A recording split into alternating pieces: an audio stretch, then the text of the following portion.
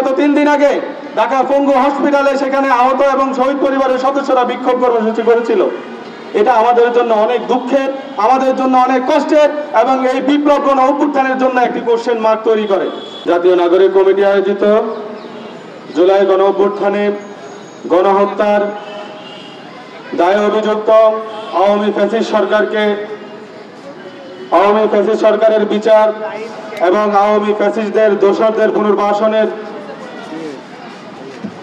প্রতিবাদে আয়োজিত আজকের এই নাগরিক সমাবেশে উপস্থিত ঢাকা মহানগরের বিভিন্ন থানার প্রতিনিধি কমিটির প্রতিনিধিবৃন্দ, উপস্থিত জাতীয় নাগরিক কমিটির কেন্দ্রীয় সদস্যবৃন্দ, আগত সম্মানিত সাংবাদিকবৃন্দ, আসসালামু আলাইকুম। প্রিয় উপস্থিতি, আপনারা জানেন পৃথিবীর ইতিহাসে সকল পতিত স্বৈরাচারদের বৈশিষ্ট্য প্রায় একই রকম। তাদের পতনের পর তাদের দীর্ঘদিনের লালিত দোসররা বিপ্লবী তথা গণ অভ্যুত্থানের সরকারকে বিতর্কিত করার জন্য, দেশকে অস্থিতিশীল করার জন্য জাতীয় এবং আন্তর্জাতিক পর্যায়ে তারা তাদের দোসরদের অপতৎপরতা কন্টিনিউয়াসলি চালিয়ে যেতে থাকে।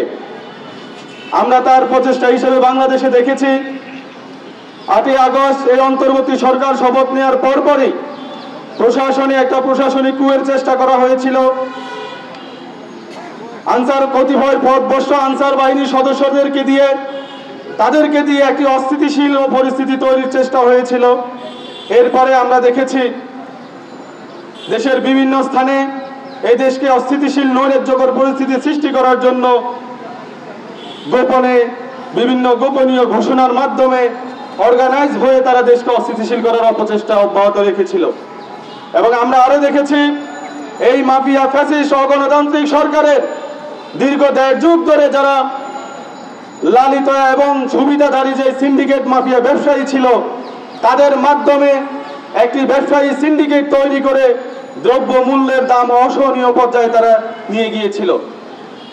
কিন্তু দুঃখ ভারাক্রান্ত হৃদয়ে বলতে হয়, গত 3 মাসে এই অন্তর্বর্তী সরকার এই অপপ্রচেষ্টার বিরুদ্ধে কি কি পদক্ষেপ নিয়েছিল সেটি এই অভ্যুত্থানের 100 দিনে আমাদের পর্যালোচনার সময় এসেছে।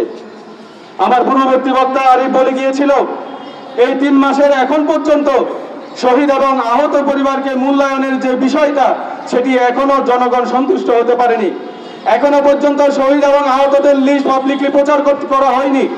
এখনো পর্যন্ত অসংখ্য আহত এবং শহীদ পরিবারের সদস্যরা আমাদেরকে ফোন দিয়ে কান্নাকাটি করে।